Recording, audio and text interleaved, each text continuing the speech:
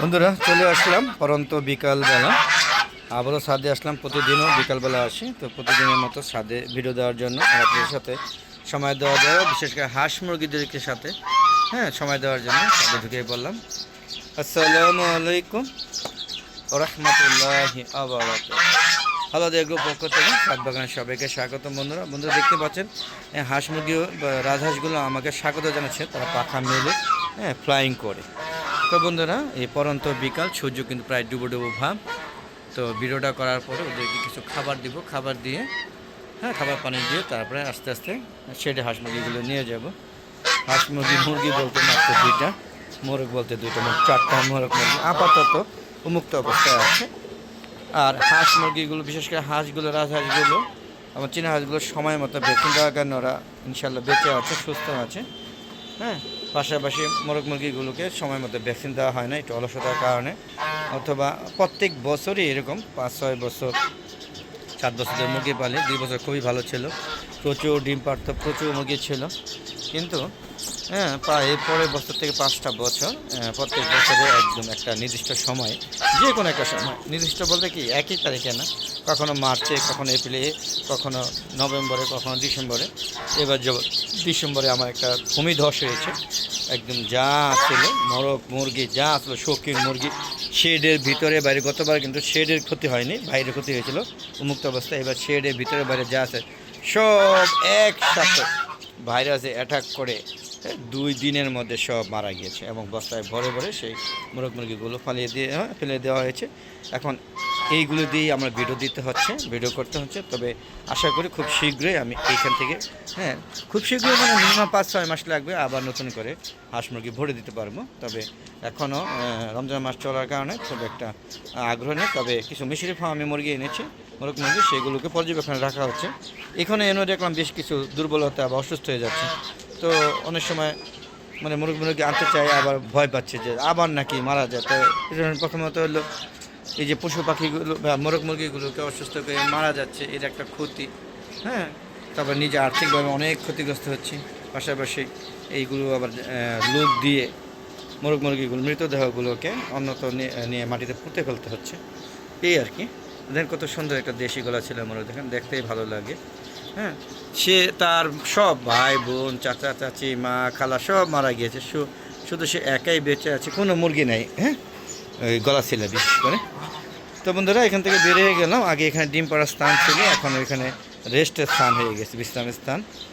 তো এই যে এইসব কর্মকাণ্ড কেমন লাগে অবশ্যই কমেন্ট করে জানাবেন। দেখেন চড়ুই পাখি, সারাক্ষণ চড়ুই পাখি থেকে বিভিন্ন ধরনের পাখি আমার ছাদে বিচরণ করে, শুধুমাত্র খাবারে আসে। এখন খাবার দিব বিকালবেলা, এই জন্য ওরা বসে আছে। ওরা বলতেছে তোর ভিডিও বন্ধ কর, আগে খাওয়া দাওয়া দিয়ে আমরা খাবারে ভাগ বসে।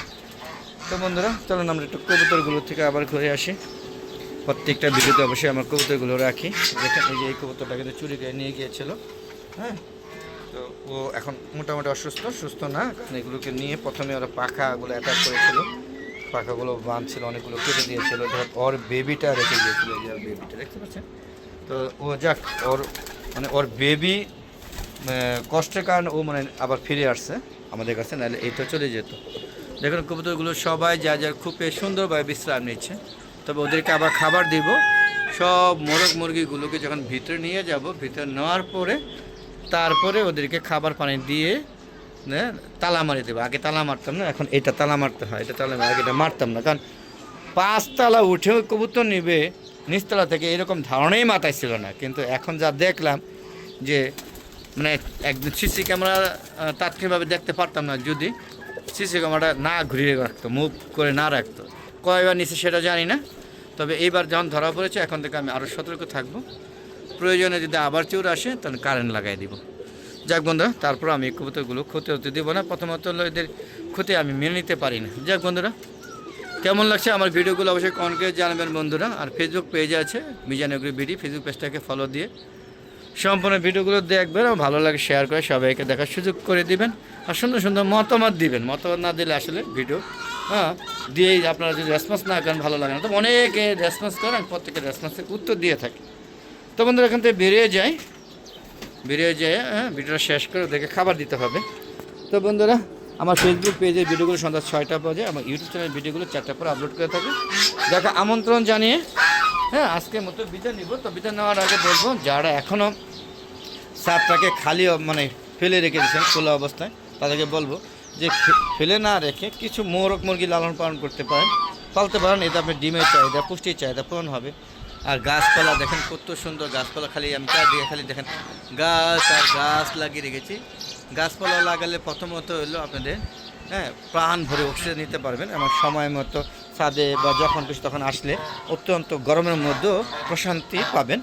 আর তারপরে তো ফলমূল মোটামুটি কম হয় না, খারাপ হয় না, যদি একটু যত্ন করেন আরও বেশি হবে।